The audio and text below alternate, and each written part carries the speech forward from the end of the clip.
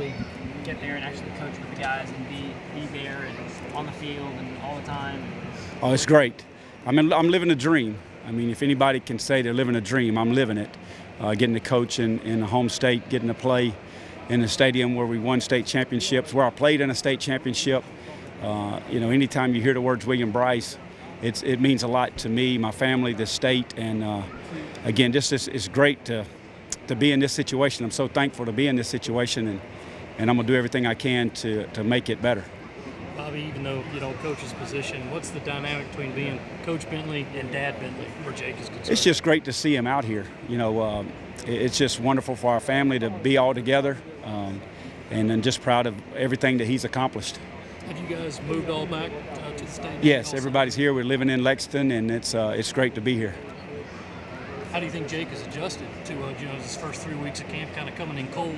It's really good, considering he should be in high school, and I kind of pick on him every once in a while to say, Jake, you could be in high school enjoying some time off.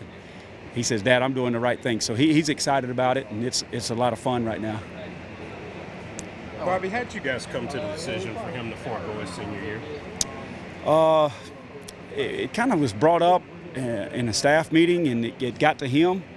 And then he talked to his guidance counselors at Opelika. And once he talked to his guidance counselors and figured out he had enough units, it really was no looking back. I kind of gave him some scenarios of playing here in South Carolina and gave him some scenarios of staying with Coach Blackman. And he decided he wanted to do it. It was his decision. I'm not sure it's the best decision for everybody. I'm not sure it's the best decision for anyone particular. But in Jake's case, I think he was ready. And I think he loves, the state of South Carolina. I think it fit for him, and it happened. Bobby, how much of that was a football decision, and how much of that was a life decision? Him not wanting to change high schools, him not wanting to live separate from the rest of the family. I mean, how much did all that play into it? I think, from a percentage-wise, I wouldn't be able to tell you, but I think for him it was a lot. Because his two brothers played far away.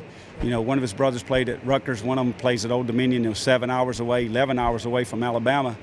I think it mattered that just to be that tight, close-knit family that we are. I think that played a major part in his decision. Obviously, you'd have to ask him. I don't want to put words in his mouth, but I think that was a big factor in his decision. Are you kind of glad you're not coaching quarterbacks and being in that situation of having to coach your son at this level? Oh yeah, I'm loving coaching running backs in this situation. Yes. But do you keep an eye on him, while you're handling your guys? It's hard. You just focus on your guy. You don't worry about, what he's got to do. And the good thing here is he's got a heck of a quarterbacks coach in Kurt Roper. I don't have to look over his shoulder. Kurt Roper's a heck of a coach. Coach Muschamp's going to, guide that whole deal, and I can coach running backs and focus on that and do my job. As far as your running backs, what has AJ done to sort of continue to assert himself as sort of your number one guy in preseason camp? He just brings energy to the table. Just like yesterday, he was, 56 times over 12 miles an hour. The closest one was like 20.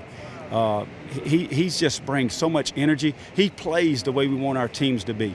Effort, toughness, and discipline. He epitomizes what we want to be right now. And the other guys are he sharpens us. And he's making our room better, and it's made David better, no doubt. Where is David in this whole match right now? Right now, if we had to play today, you'd have, AJ, Rod Talley, and David Williams. And it's probably going to be a committee thing right now with the way we are. Coach Muschamp and I will sit down, and Coach Roper as far as exact carries and exact number of plays. But right now, we're still battling. We're still competing every single day for playing time and for reps. And Bear Polk's in that mix as well. And we'll see where it goes. Hopefully, guys that continue to play to our standard, not their standard. They got to raise their level to where we want them. One of the criticisms of David has been that he seems to tiptoe to the line at times instead of hitting it up in there full speed. Have you been able to coach that out of him to any degree? Well, as a coach, you're trying to take a player where he can't take himself. I think David's tried to do it himself a certain way. We're going to get David to another level, and that's when we talk about the new David.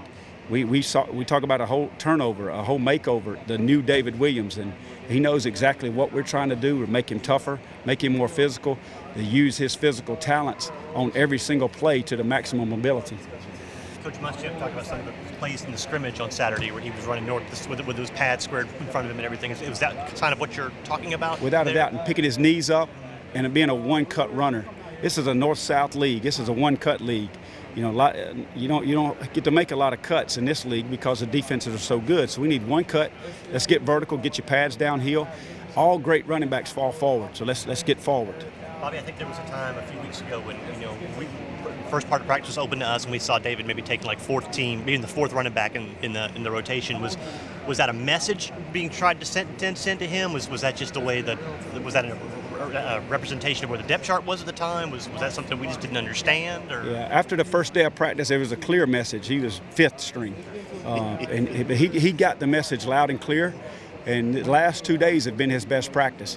He's getting it very clearly. He understands what his role is and what he's got to do. And David's a good guy. He wants to do well. It's just we've got to make him the new David. How about the other aspects of being a running back as a group?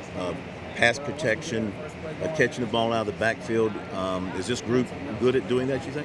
Well, we had a lot of catches in the scrimmage Saturday. We're going to throw the football because of Coach Roper's passing game. We're in the passing game as running back. So as a running back, we've got to have good hands. We've got to have good pass protection. And we don't want to have to be able to say, which running back's going to be in for just strictly pass protection. So all of us have to be good pass protectors.